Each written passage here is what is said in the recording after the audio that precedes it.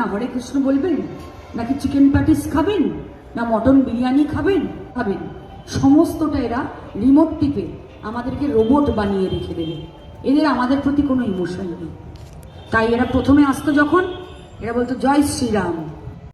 এই চটি চাটা বিধায়কের কথা শুনে কুকুরও লাথি মারছে। ইনি এমন মিথ্যে কথা বলতে শুরু করেছে, চটি চাটতে চাটতে কোথায় কি বলতে হয় সেটাই জানে না।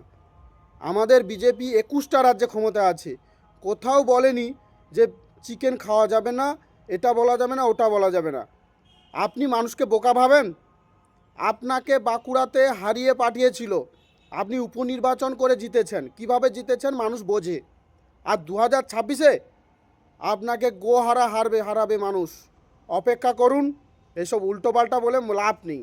আপনার জ্ঞান নেই, মিথ্যে কথা বলছেন। আপনি নিজে চিকেন খান মুম্বাই গিয়ে।